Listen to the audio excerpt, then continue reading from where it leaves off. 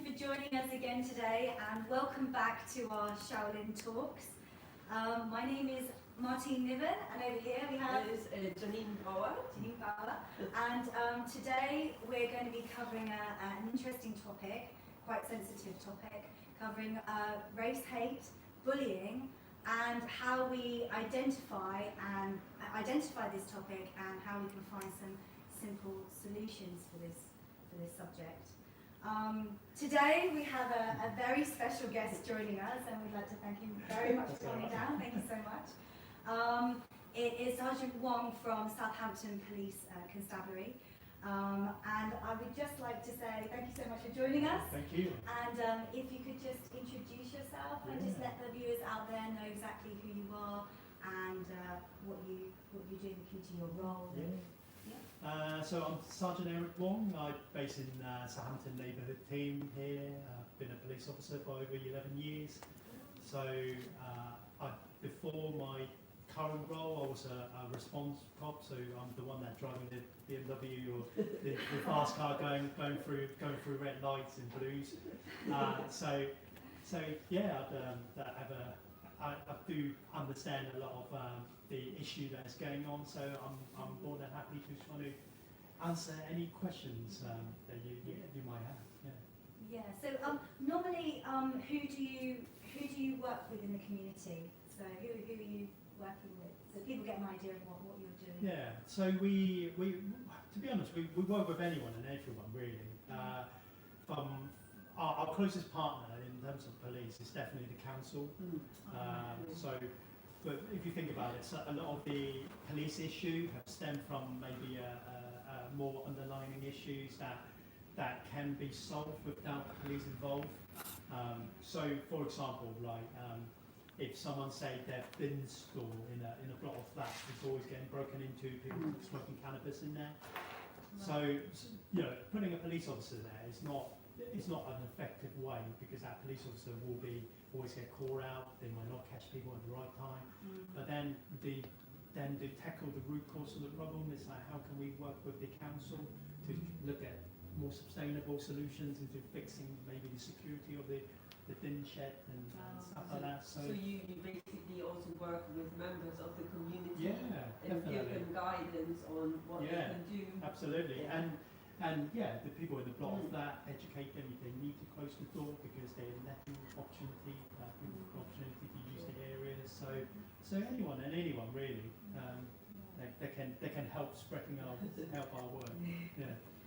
Well, as you know, our topic today is about race hate and bullying, and we thought it would be a great opportunity to bring you down, because I know you've got a lot of information that you can give out to people. And I know that some people out there have got some concerns. They've expressed some concerns, so I'd like to ask you a few questions as well. And so just for those of you out there, obviously it's a very sensitive topic at the moment with what's happening in America. And but I just wanted to ask you, like, for those of you out there, what is race hate? What constitutes a race hate crime? What does that mean? By law. And this is why I'm holding a piece of paper in my hand. I want to get it right, because my memory is never that great.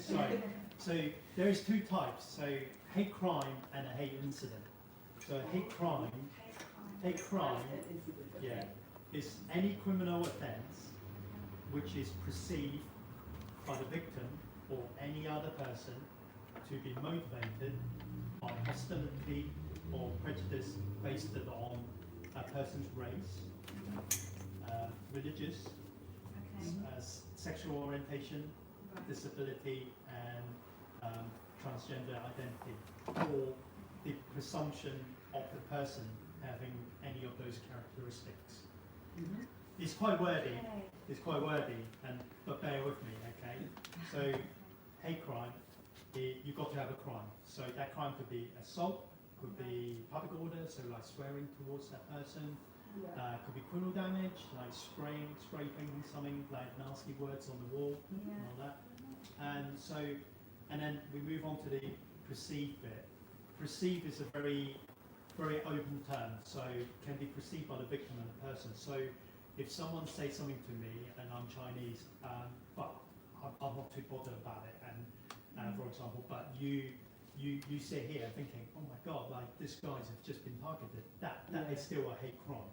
So even though I don't perceive it, and you did, and I'm the victim, that is still a hate crime. So that's what perceived me, and victim or any other person, motivated by the hostility and the prejudice based on the, obviously we've got race, so self-explanatory, religious, again, self-explanatory, sexual orientation, disability, and transgender identity. So, and the most important part is the presumption of the person who's committing the crime as well. So, if for example, I'm not gay, but if someone who make that comment towards me thought that I was gay, but in truth I'm not, that is still a hate crime. And can you report that?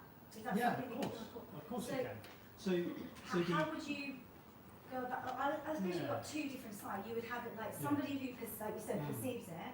So if you see it happening, or like, where would you go to? Or if it's happening to you personally, what would you do? So there's two sides. Okay, take the first side, for example. Like if it happened to you right here, right now, and you're in a bit of danger because that hostility towards you is not going away. This person's still standing there, either assaulting you or shouting abuse at you, then please do call 999, because I don't, obviously your safety, you see, the safety of that person is the most important thing. As soon as it makes you uncomfortable inside, or like and you if feel, you have a uncomfortable feeling and you feel threatened. That's it, you fear, the word we always use that, you fear for your safety. And when you call 999, that call taker might ask you to is there any chance you can move away from the situations, or take yourself out of the situation?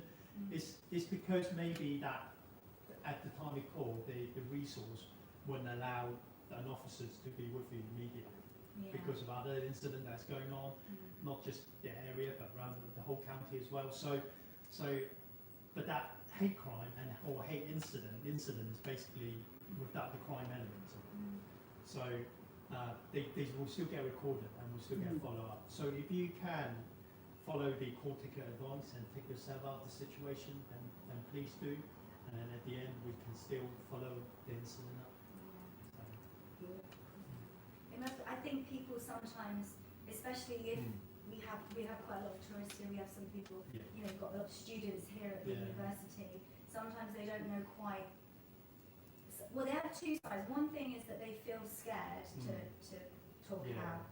And I think anybody who's going through any kind of situation, they don't want to talk out. Sometimes they feel like frightened. They think that maybe they're going to get repercussions from somebody else. It's almost like, you know, when you're at school, like being at school, like being bullied at school. You know, you don't want to tell the teacher because you think the bully's going to come back and get you, and you think you're better off just being quiet. But what do you think about that? You think it's more important to? More important to speak out. More important to speak out, because what you got to understand is if we don't know how to tackle the issue. So if it might be that it happened in that location at a particular time on a particular day, then we can look at how to catch the person or find the person responsible for it. Because like you say, a lot of the time might happen in a situation where it's only that person and me, like no one else has seen it. So it's very hard for police to solve that crime without any evidence. But if everyone have called in and say, on this time, this day, this person said this to me, and then maybe last week someone called in the same about someone matching the description, then we can do a little bit more. Patterns as well. Form patterns. And you don't, like, going back to reporting it to police, you know, 999 obviously is when it happened right in front of you.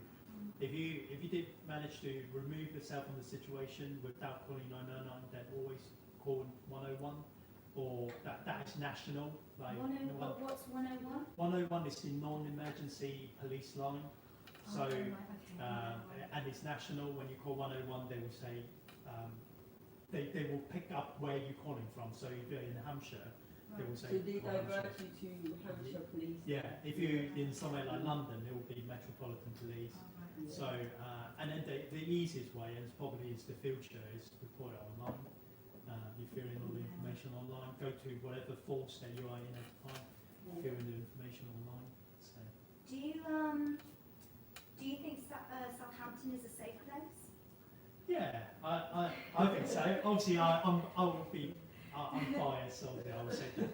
But what you've got to remember is, I personally think everywhere is the same. So wherever you go, wherever you live, how nice you think the area will be, there will be some crime or some incident will happen, but you just don't know it. Do you think there's certain areas or sometimes certain characteristics that attract crime or that? No, I don't think so. Obviously, being we're generally talking about Southampton city centre. Yeah. Obviously, is a business district, got loads of shops, loads of flows of people. People will come down here. So crime rate in this small area will be higher than compared to somewhere like Shirley or Bitton. And the type of crime they will get over there will be different. They will get burglaries. They will get more domestic abuse. So will be different. But every city in the UK will be the same, and we're no different. Do you think that like race hate is increasing in Southampton or is increasing in the UK? Well, it'll be a lie for me to say it's not because of what's been happening for the last 8 to 10 weeks with the coronavirus. Yeah. So it's nationally, it's been recognised that the hate incidents against Oriental or Chinese persons have gone up by a lot. So and those are mainly the corona-related hate crimes. So yes, the hate crime have gone up.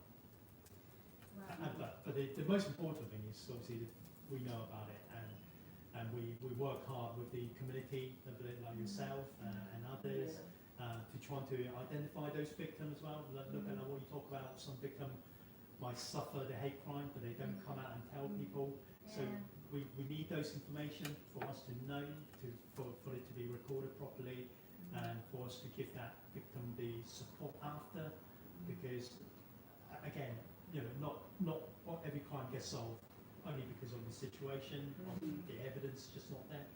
So, but what is important with those hate crimes is how we can build the confidence up for the victim. Like you say, for example, maybe that victim might be fear of going out again, or fear going to the shop again, fear of walking down the same street again where the crime happened. So how can we build that confidence up for the victim? How would you do that? If you experience something, or if you see someone else being attacked or something, how would we go about this? Would we just call the police, or would we? Do we have the right to step in? Do we have the right to say no and stop them? Well, so if you see it happening on the street. Yeah. So if I see somebody, being a victim of a race crime, and I want to do something about it. I want to step in. Yeah. Would I be able to do that? Would I be able to say that's not right? Yeah, you definitely can step in, but only to a point where I don't put yourself in danger as well. So you can't use all martial arts. You can. There is something. I'm sure we all know the reasonable force, or self-defense, what we commonly know of. So it's in law that Section 3 of the Criminal Law Act that any person can use such forces as reasonable to prevent a crime from happening, and so is there many other stuff. So that law is to protect everyone, not just police. So if you see someone getting assaulted on the street, for example, and you go, oh my God, if I don't help that person is likely to get a serious injury or is going to die. I'm gonna jump in and either wrestle the offender onto the floor or do whatever you need to do to tackle the person to make that stop. That is allowed in law. Okay, and what causes the topics a little bit difficult is when, for example, most of the time people broke into someone's house, Yeah. the homeowner heard it, come downstairs with a baseball bat, Yeah. and then the person then ran off, and then the homeowner still chased that person with a baseball bat, and then hitting him with a baseball bat. Now, So if you use that is not allowed. extra Yeah, weapon yeah. as well. It's Yeah. what we will say excessive use of Mm. force. You know, the reasonable force is used to prevent a crime from happening at the time. So once you prevent a crime from happening, any more force that you use is unlawful. Yeah. I think, I know this is, it's just coming to my mind, I know it's quite a sensitive subject out there, but I really, maybe the people out there want to know, like, what's happening in America with the incident that happened with the police officer. Yeah, sure. Is that something we expect here in the UK? What do you, like, personally, what do you feel about it? Because you're being a police officer yourself, Yeah. and you seeing those incidents happening in America, how does that make you feel? Like, what do you think about it?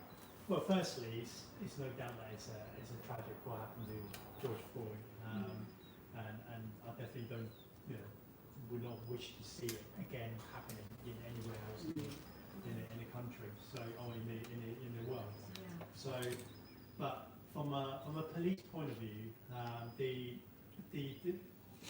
well, let's unpick this a little bit. So he obviously got taken to the ground by the police officer, which is allowed even in this country, okay, to prevent whatever crime that was happening at the time.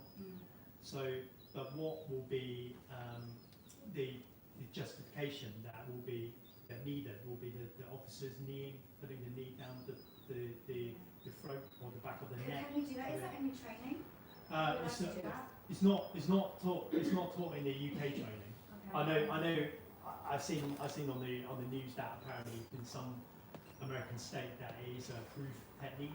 Right. It's not known to me that it is a UK approved Home Office technique that we can do that. Right. So, but we are allowed to pick people on the floor, and on occasion, and I personally have experienced it before, where you put someone on the floor and then the person is trying to bite you because your hand is quite close by, they're trying to spit at you. So we do have to control the person's head, or even self-harming. The person could be like flinging his head on the floor trying to self-harm. So we do have to control the person's head, and that could be by means of placing, putting a hand, palm on someone's head to stop the movement from moving. But what we got to remember is the danger of position fixation, which is when someone being in a position for a long time, where the blood and the oxygen is not flowing through their body. And that's when, so our training always get taught to watch out for those warning signs. Okay, and if we put that person in a position for so long, we have to sit them up or move them in a different position. Yeah, so and again, without putting my own judgment onto that incident that happened in America, the George obviously quite clearly said, like, I can't breathe, so that is a warning sign for the officers to react. So there was a lot of opportunity that incident could have been prevented, but it didn't. So it's definitely a training. Yeah. Well, I was just thinking, like, what made you become a police officer? I know you said that you've been a police officer for like 11 years, and what inspired you? Yeah, what inspired you to do it? What? There is no motivation story about me wanting to be a police officer. No one incident. I had an office job, and before I joined the police, I say office job. I was working in British American Tobacco, which is in Southampton as well. All right. And I just got bored of doing 9 to 5 Monday to Friday, so I decided to join the police. And my dad was a civil servant; he was in the Navy, so there was always a bit of influence to become a civil servant. So I never looked back since. That's Yeah, good. yeah. It must be so different from your previous Yeah, job. yeah, very. Like, obviously, I get to be out and about all the time, get a chat with people. I see loads of incident and deal with loads of incidents, so yeah, What's definitely your, add to my life experience. Yeah. What's your proudest moment? as being a police thing, what's your proudest? Like, yeah, I really stood up for the community. Saved the world. I saved someone's life. Yeah. You know what? I can't. So many. think of- there is a lot actually, and there is a lot of a sad time as well. I think the proudest moment is more like not the one that where I pull people off the bridge or something like that. It's more that when you help someone and then they turn around and really do appreciate your help and they thank you for it, and they really like really got it this time, because we go to a lot of people and a lot of addresses a lot of the time, again and again. So for whatever reason, obviously the police interaction in the past didn't help them, and they've gone back to their old way. But what I got to remember is that I can't let that false sense of security catch me out, because if I go, oh no, I've been there loads of time, I'm not going to help them, that might be the one occasion that I missed of helping that person to change their life. So those life-changing moments that someone thanked me, and then I see that they have changed, is stuff that I'm proudest of. Yeah.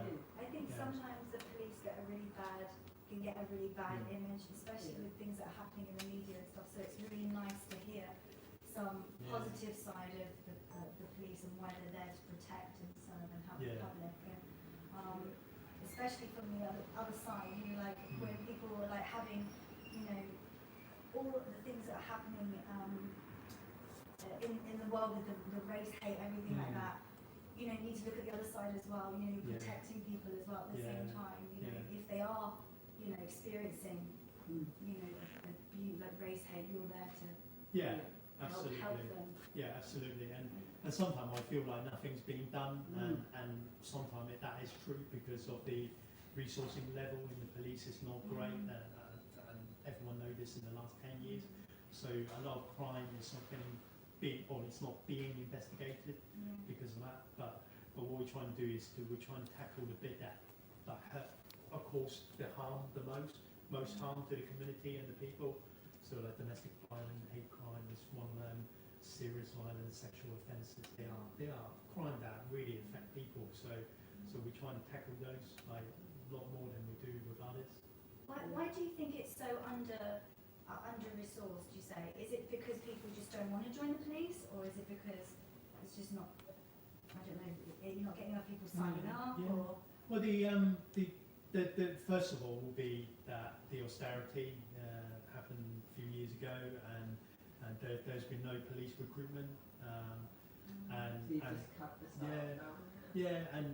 staff being made redundant, and people retired as well. Don't forget, people retire. So we do have a lot of natural wastage that will just leave the police force. People change career and all that. But don't forget as well, it's not just police officers, it's police staff as well, because we used to, when I first joined, we have loads of back office staff that will do stuff for us. So if I have to put a case file together, someone is going to court in 2 months' time, a case file needs to be done, all the paperwork needs to be done. There is a specialist department will do it, like admin department will do it, but now I have to do it myself, and that means like 3 hours in the office for me. Time away, time away. So the community. So it's a big knock-on effect, but we are recruiting now, and you've seen it on the on the news that we're getting nationally, we're getting 20,000 police officers. So I do encourage people to join. It's a really good job. People, if they want to join, do they prepare for it, like special training or? Is it like police academy? No, not quite. Training. I think the best thing is obviously whatever you're watching this video, like do a little bit of research on what was your force priority. So Hampshire force priority will be different to to other counties as well, because geographically we're different. Do a little bit of research. I know before coronavirus, we used to invite people that are interested to come and do a shift with us. So you can sit in a car, you can sit in a police car and go blues and twos and go to jobs and see what we do and go to custody block and all that. So do if you are interested in joining, go to the website, do a little bit of research about your home forces and just be yourself. Just be yourself. Yeah, and be honest. That's quite cool. So it is quite approachable, isn't it? I wanted to ask you. Obviously, you're talking about sort of, race hate in the community.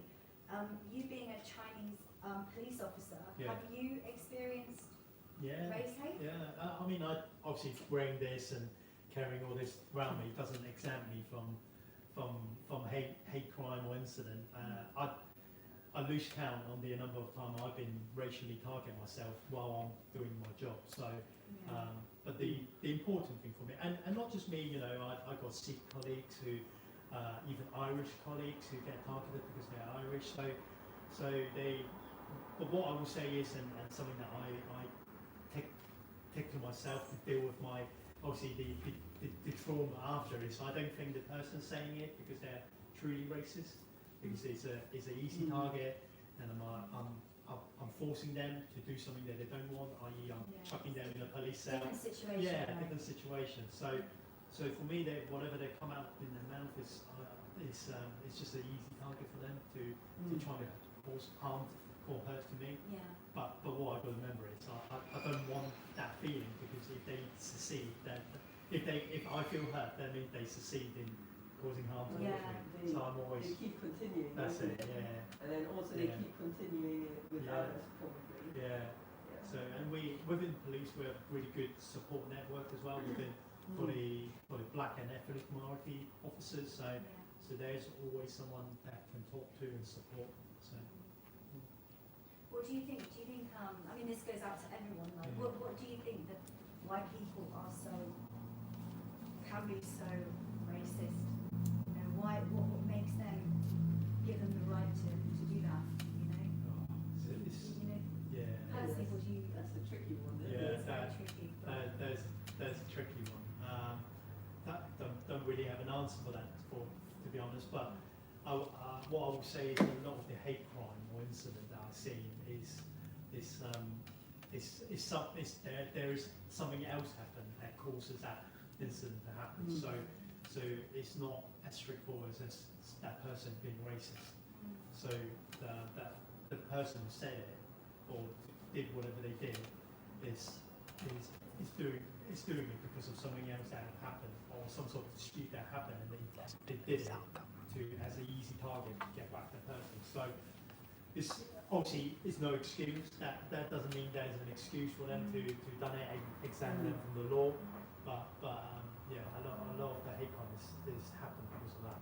I think sometimes you see these attitudes are like are stemming from all the way back from childhood. You know, from beliefs and ideas, you know, that have been passed on through generations. So it's almost like you have to kind of re-educate people. You know. Definitely. Education is a big part on how you tackle hate crime, I would say. I mean, it's what we're doing now, right? Absolutely. Educating people and no better than starting from school. We work with school a lot. Oh, so you go into schools? Yeah, we actually don't go into school. We visit the school, but we don't deliver a lesson. If that's what you mean. Because we're not qualified teachers, and we can't teach that stuff. But we do have a website which is open to public called Save for Me. Save for Me. Save for Me. Yeah. So save. Yeah, and then 4 as in number 4. Me, which range from a lot of things like knife crime, hate crime, antisocial behaviour, alcohol. So it's a website for school to deliver a certain package that mainly will involve some sort of criminality into it, like police, and they can deliver it to their student without us being there delivering it, again, because we're not teacher. Is that also because the schools experience a lot of bullying or a lot of things like that? Yeah, that's from that as well. We don't really get involved in school bullying a lot, but it's good to be able to set that tone to them when they're young. Kind of So that starts they know. there, doesn't it? The Yeah. mindset can start there. Yeah, And That's it. Again, it's influence probably early age. again the same thing that you want to have someone where you can go to. You know, you want to probably some place Yeah. where you actually do feel safe. Yeah. To, if something happens to Yeah. you, that you can say like, yeah, I actually can go to the police. yeah.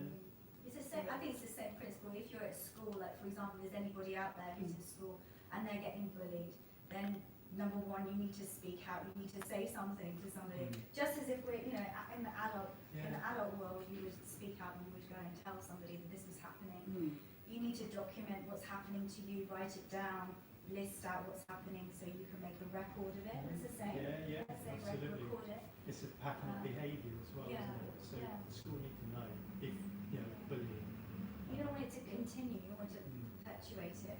And, So, and the likelihood is you're not the only one that's suffering. That's the thing. Yeah. Exactly. But like hate crime, for example, you've got the third-party reporting centre. Yeah. So if you don't feel confident walking to a police station, or if you think your English is a barrier, you can go to. So how many third parties are out there? I honestly don't know, but it's very easy to find on Google, Yeah. and I know for sure Southampton have more than anywhere else in the county, have by miles more than anywhere else in the county. So I know obviously this gets watched nationally, but this third-party reporting centre is national as well. So if you type that in, hate crime reporting centre on Google, they will show up. So that means that you can go to you could go to church, or you can go to like a centre or community centre or group That's right. Yeah. or an association or organisation. You could tell somebody Yeah. there, and then they would report it for you. Or So if you worry about you being targeted, like you mentioned just now, what happened if that person see me again walking down the street? No, so you don't have to be going out of your way to go to a police station or try and find a police officer, or wait for a police officer to come to your door with a great big fluorescent police car outside. So you can, which obviously make it stand out for you yourself, isn't it? So you can just carry on your normal day business, like go to those church, go to those community group, go to those college or school, whatever it is, and you can report it. And then that report for will, you. that's it. Okay. Yeah, that report will then go to the police. So you that person who might be doing it to you, they will not know that you have reported it. So and because hate crime is a perceived thing by any person, then the suspect, so to say, the suspect will not know that it's definitely the victim that reported it. It could be anyone. Oh, right. Yeah. So that would take out the fear element. That's of it. Yeah. You getting repercussions of That's reporting it. somebody. Yeah. Okay. Do you enjoy your job? Yeah, I do. Yeah, obviously I do. I like being out and about. I like chatting to people, like yourself. I like meeting new people. Obviously, like helping people. If not, I wouldn't be doing this. And yeah, most importantly, it's just a sense of working with the community that I like. So. Do police officers carry guns? Just some random questions that I want to know myself. We do, but All right. there is a difference between gun and firearms. Okay. Guns is obviously like exactly what you think it is, which is barrel and bullets that come out. Firearm is lethal weapon. So I got holsters for a taser gun, which is an electric gun. I haven't got it with me today because I don't need it here, but I got my CS gas, my old Parva, they call it. So that's the pepper spray. Yeah. That is a firearm as well. So and that anyone else have it will be illegal, will be a firearm. So yes, but if you're on about like obviously you've got to have special training to be able to carry like the taser gun and the CS. But if you're carrying proper gun, like with bullets, you've got to have even more training. Do officers in the UK carry carry guns? Yes, they Loaded do. with bullets? Not all police officers, but they Right. do carry guns. Wow. Yeah. I thought it was like just rubber bullets. No, they do carry those as well. They do carry those. Okay. Yeah. I just so Yeah. sorry. They do carry those. Obviously, Okay. you think back to this incident been happening in London on London Yeah. Bridge and all that. So those are armed police officers and Right. with Okay. real bullet. And we have probably some driving around now with loaded gun around them. But their deployment get assessed by the control room inspector. So for them to get deployed to an incident that require them to carry their gun, because they don't have to carry it, they can leave it in the car. Mm. Oh, To right. carry their gun to the incident, they will have to justify why would they deploy those firearm Oh, officers right. Okay. with guns. And I've been in an incident before where they did. I've been loads of incidents where they did. Really? So yeah. What, in Southampton? In Southampton, yeah, loads. Wow, So okay. most common one is a person on the street with a knife or with a machete. Obviously, Wow, okay. taser can only reach a certain length because of the wire not going out as far. Okay. But even the police officers carrying gun doesn't mean they have to use it. They still got other tactical options, what we call tactical options.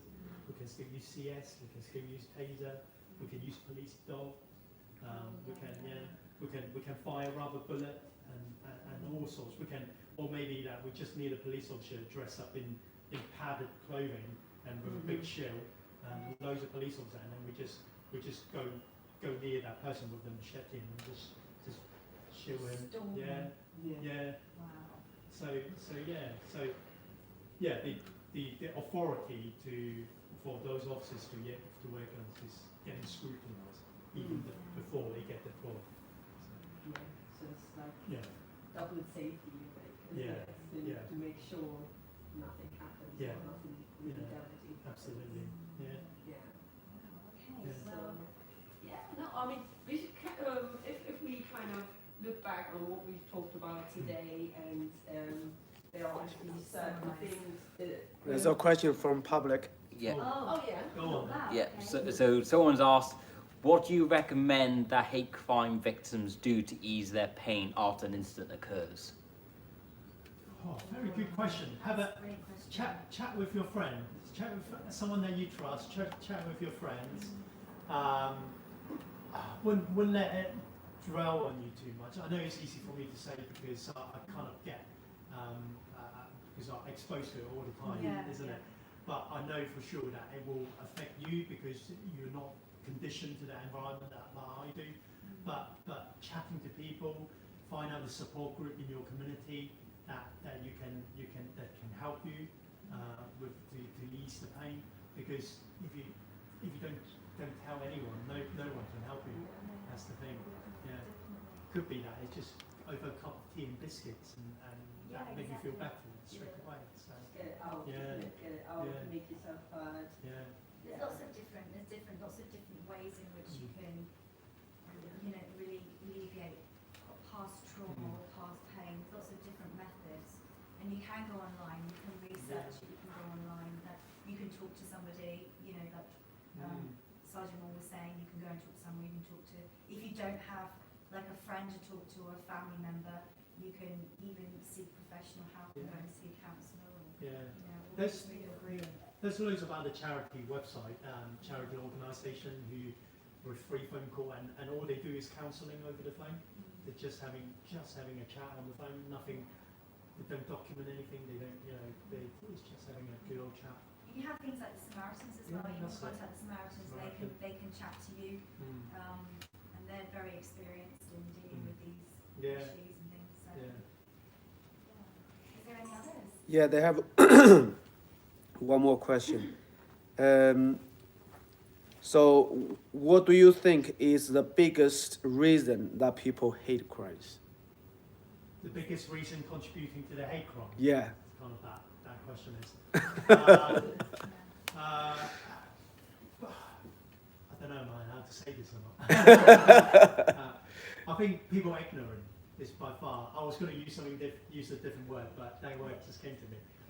Ignorance. Ignorance. People ignorance and people they say it and then they don't realise the harm it caused to that person they said it to. That is by far the most often thing. And kind of go back to like I said that person said it because there's always something else that happened. Not always, but most of the stuff hate crime that I've seen that have something that lead up to it. So maybe it's just a very easy form of target for that person to cause harm on you.